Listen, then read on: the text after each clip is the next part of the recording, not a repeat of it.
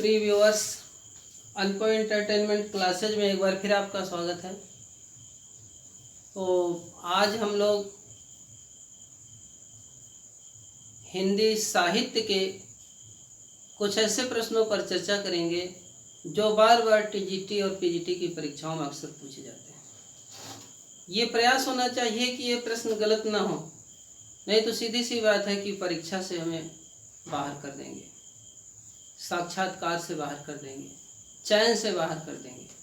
तो इसको बड़े ध्यान से ही एक तरह से कहा जाए कि रट लेंगे तो भी बहुत अच्छी बात है, क्योंकि यह गलत ना होने पाए। तो हिंदी साहित्य का इतिहास लिखने का पहला प्रयास किसने किया? हिंदी साहित्य के इतिहास लिखने का पहला प्रयास गारसा दत्तासी ने किया, सभी लोग जानते हैं। यह एक फ्रेंच विद्वान था। अगर पूछा जाएगा तो उसको हम बताएंगे फ्रेंच विद्वान था। उसकी पुस्तक का नाम पूछा जाता है तो पुस्तक का नाम है इस्तवार द लॉ लिटरेचर एंदोई हिंदुस्तानी। इस्तवार द लॉ लिटरेचर एंदोई हिंदुस्तानी उसकी पुस्तक का नाम है, और उसमें हिंदी और उर्दू के प्रसिद्ध कवियों का वर्णन है। हिंदी और उर्दू के प्रसिद्ध कवियों का वर्णन है।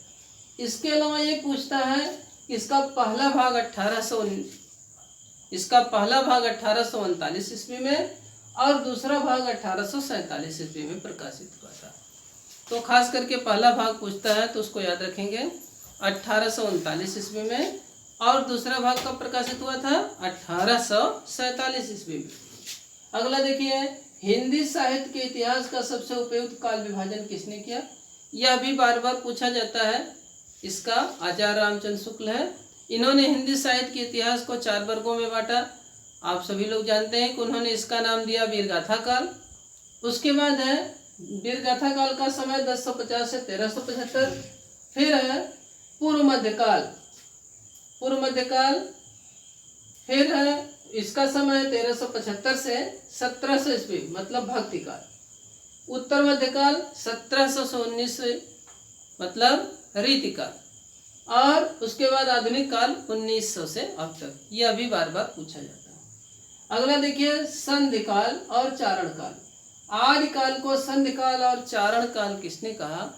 तो आदिकाल को संधिकाल और चारण काल डॉक्टर रामकुमार वर्मा ने कहा है। ये बहुत ही महत्वपूर्ण प्रश्न है, दोहराए जाते हैं। जसहर चरिऊ के लेखक पुष्पदंत हैं। तो पुष्पदंत की 3 महत्वपूर्ण पुस्तकें हैं, महापुराण, ड़य कुमार चरिऊ और जसहर चरिऊ। महापुराण, ड़य कुमार चरिऊ और जसहर चरिऊ, ये जो है तीनों प्रसिद्ध पुस्तकें हैं। तो जसहर चरित के लेखक हैं कौन है? ये पुष्पदंत जी। संदेश रासक, ये अब्दुल रहमान की प्रसिद्ध पुस्तक है जिसका नाम है संदेश रासक। भरतेश्वर बाहुबली रास, शालिभद्र सूरी जी की है भरतेश्वर बाहुबली रास। 12 बरस ले कुकर जिए और 13 लो जियो सियार, बरस 18 छत्री जिए आगे जीवन के अधिकार। ये आलखंड जगनिक, आलखंड को परमाल रासो भी कहते हैं, जगनिक द्वारा रचित है। इसमें आल्हा और उदल नामक 2 वीर बनाफर सरदारों का वर्णन किया गया है। और इसमें राजा परमर्द देव, ये जो जगनिक थे राजा परमर्द देव के आश्रित कवि थे, और यह 13वीं शताब्दी की रचना है। आलखंड वीर रस में आल्हाखंड है। आदिकाल के अधिकतर साहित्य वीर रस में है, लेकिन आल्हाखंड खास करके वीर रस में है।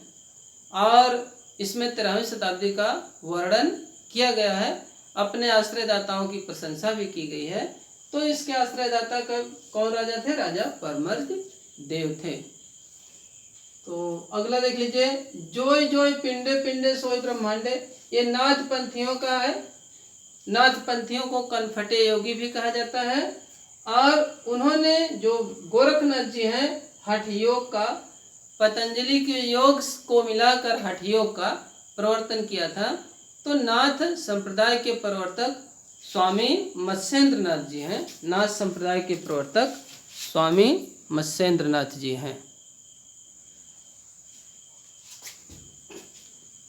देखिए अगला प्रश्न है, भक्ति आंदोलन को दक्षिण से उत्तर किसने लाया? भक्ति आंदोलन को दक्षिण से उत्तर लाने का श्रेय किस विद्वान को है?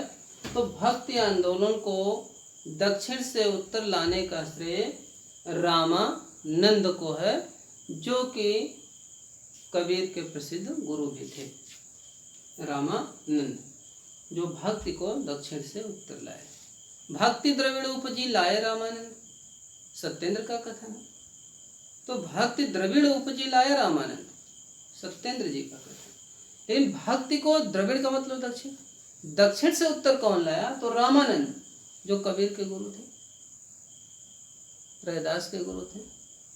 सुखानंद, सुरसुरा, सुरसुर सेन, पीपा, पद्मावत, अनंतानंद, भावानंद, नरहर, रैदास, धन्ना, कबीर सबके गुरु थे।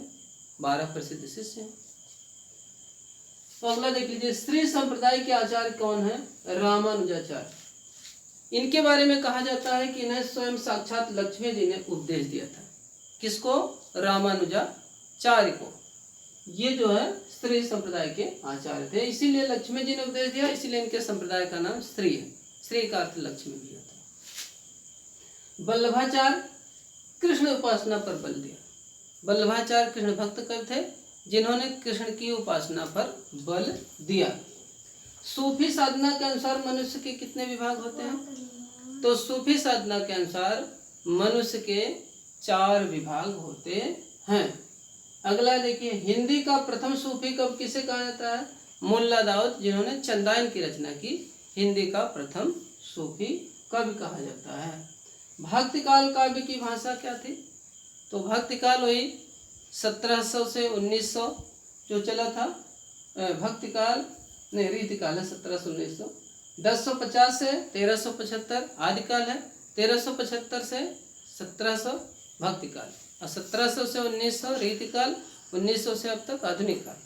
तो भक्तिकाल की भाषा क्या थी? ब्रज थी। कबीर की मृत्यु कहाँ हुई? 1518 ईस्वी मगहर बस्ती जिला में कबीर की मृत्यु हुई। इनके बारे में कहा जाता है कि जब इनकी मृत्यु हुई तो शरीर के ऊपर उनके चद्दर डाल दिया गया। हिंदू मुस्लिम दोनों झगड़ा करने लगे। हिंदू लोग कहे कि हम इसको जलाएंगे और मुस्लिम लोग कहे कि हम दफनाएंगे। ये लोग विवाद कर दिए। जब कपड़ा को हटाया गया तो उसके नीचे फूल निकला। आधा हिंदू ले लिए, आधा मुसलमान ले लिए। दोनों ने अपने हिसाब से इनका अंतिम संस्कार किया। सोहिला किसकी रचना है? गुरु नानक देव की रचना है। आशा दीवार, रहरा, सोहिला 3 प्रसिद्ध रचनाएं हैं। गुरु नानक देव की 3 प्रमुख रचनाएं हैं, आशा दीवार, रहरा, सोहिला। मृगावत किसकी है? कुतुबुन की। मृगावत जो प्रसिद्ध रचना है ये कुतुबुन की है। रामचंद्रिका केशवदास की है। ये 1601 ईस्वी में लिखी गई थी। छंदों का अजायब घर रामचंद्रिका को आचार्य रामचंद्र शुक्ल ने भी कहा है। ये बड़े इसमें विविध प्रसंग मिलते हैं, नाटकीय रचना है, छंदों की विविधता मिलती है। तो वल्लभाचार्य के अनुसार जीव के कितने प्रकार हैं? 3 जीव। वल्लभाचार्य ने जीवों को 3 प्रकार के माना। 20वां प्रश्न हमारा, संतन को कहाँ सीकरी सो काम, आवत जात पन्हैया टूटी बिसर गयो ना। तो यह जो है कृष्णदास की प्रसिद्ध रचना है। कौन? संतन को कहाँ सीकरी सो काम, आवत जात पन्हैया टूटी बिसर गयो ना। तो ये सब प्रश्न बड़े ही महत्वपूर्ण हैं, ये गलत ना होने पाए क्योंकि ये बार बार दोहराए जाते हैं प्रश्न। तो आज बस इतना ही। चैनल को लाइक और सब्सक्राइब अवश्य करें। बहुत बहुत धन्यवाद।